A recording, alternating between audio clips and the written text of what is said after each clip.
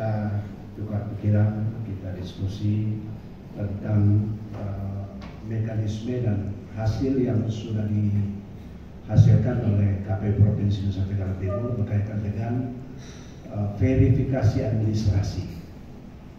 Publik tentu menginginkan sudah sejauh mana kegiatan yang dilakukan untuk proses pencalekan. Nah, karena itu penting artinya buat kami untuk menyampaikan hal-hal di mana penjelasan secara utuh tentang proses. Nah, sebagaimana kami pernah umumkan kepada publik bahwa di tanggal 15 Mei sampai dengan 23 Juni kemarin adalah kesempatan untuk dilakukan verifikasi administrasi dokumen persyaratan bakal calon, baik DPD, calon DPD maupun calon legislatif. Nah, kami setelah di hari terakhir tanggal 23 Juni kami sudah melakukan rapat koordinasi dengan kawan-kawan dari partai politik dan juga DPD, yaitu di tanggal 23 Juni kemarin.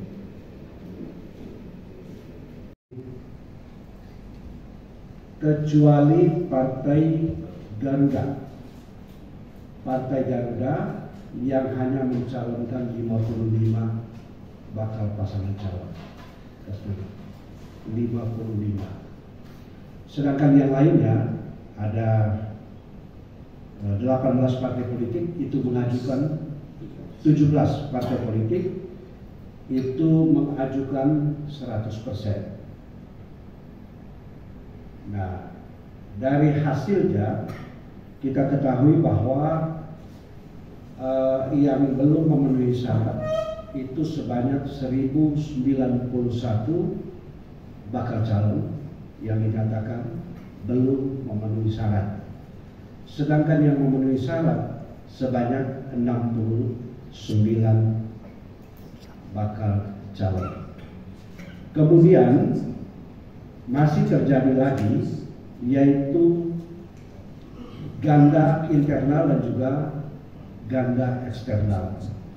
Dari aturan kita ketahui bahwa semua partai politik boleh mengajukan 100% di setiap daerah pemilihan hanya untuk satu lembaga.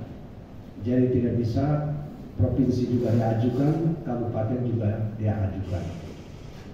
Nah, yang terjadi kemudian itu ganda eksternal itu diketahui misalnya di Partai Hanura. Mohon izin kami menyembunyikan namanya dulu, begitu ya. Tapi kami akan menyampaikan partai yang ganda. Yang pertama Hanura di NTT 3, kemudian ya ganda dengan Partai Buruh di NTT 3. Jadi orang yang sama diajukan oleh Hanura dan juga Partai Buruh. Yang kedua Hanura dan juga Partai Demokrat itu juga di NTT 8, nomor urut 6 dan juga nomor urut 4.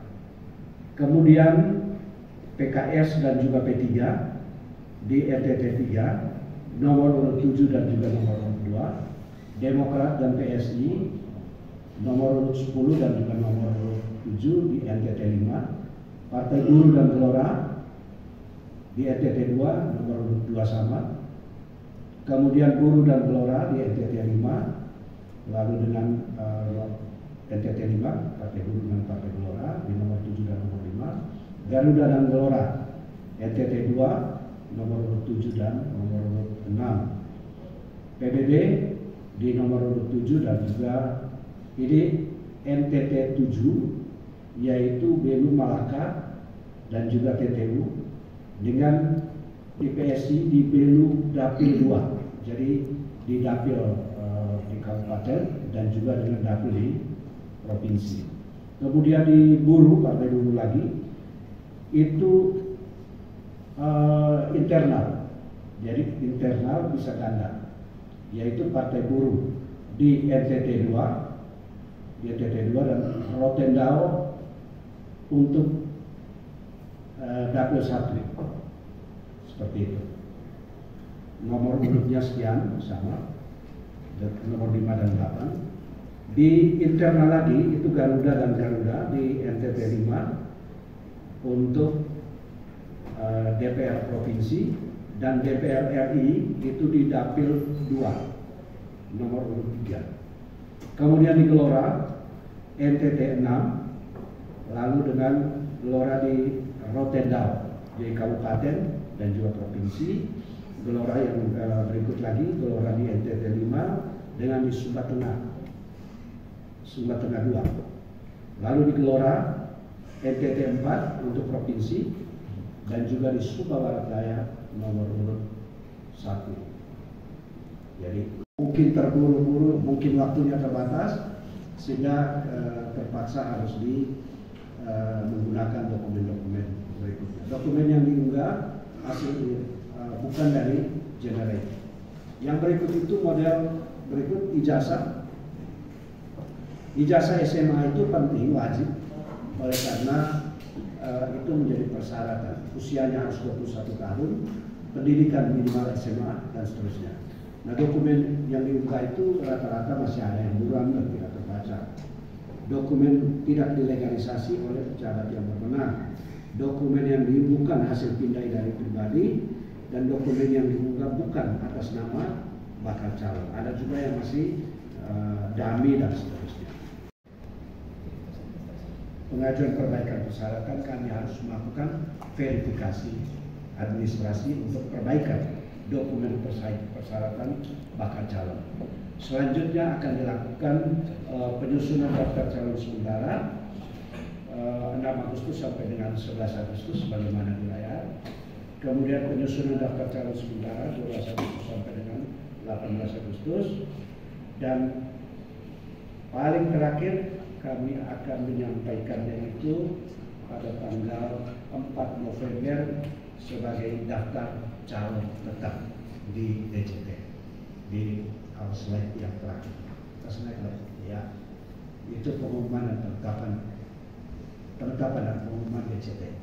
Seluruh kegiatan penyelenggaraan tahapan pemilu pada masyarakat, sehingga dan di sisi lain selama ini informasi ini kami belum sampaikan karena kami harus tuntas dari satu tahapan tertentu, mulai dari pemeriksaan sampai dengan berakhirnya pemeriksaan itu, yaitu kami telah menetapkan berita acaranya pada tanggal 23 Juni yang lalu, diteruskan dengan penyampaian kepada partai politik dalam mekanisme rapat kerja bersama, baik itu mengundang partai politik dan DPD juga Bawaslu.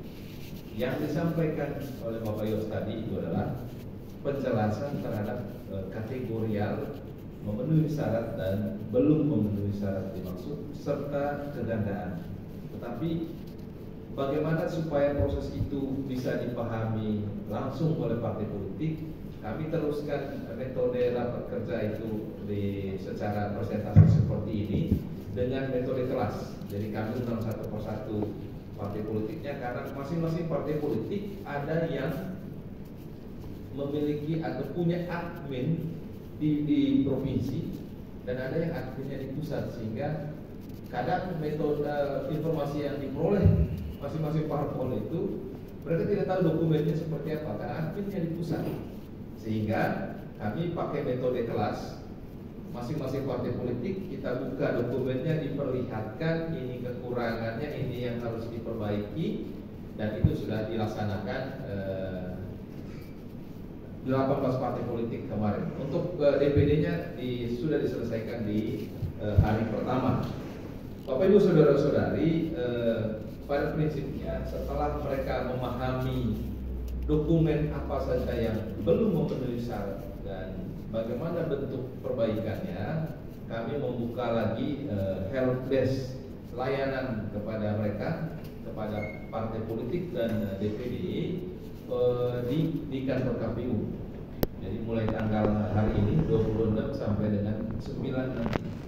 Yang waktu dimaksud bersamaan dengan selesainya masa perbaikan. Jadi kami menerima perbaikan dari partai politik itu mulai hari ini sampai tanggal 8 pukul 16 sore, mulai pukul 8 sampai 16 sore, sedangkan pada tanggal 9 itu mulai pukul 8 sampai dengan 23.59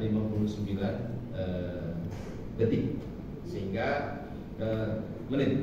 Sehingga dari proses itu kita sedang menunggu sekarang. Tetapi umumnya apa yang kami sampaikan, mungkin ada satu dua hal yang perlu didalami oleh Bapak Ibu saudara-saudari, sehingga kesempatan ini nanti kami berikan untuk diskusi seluas-luasnya.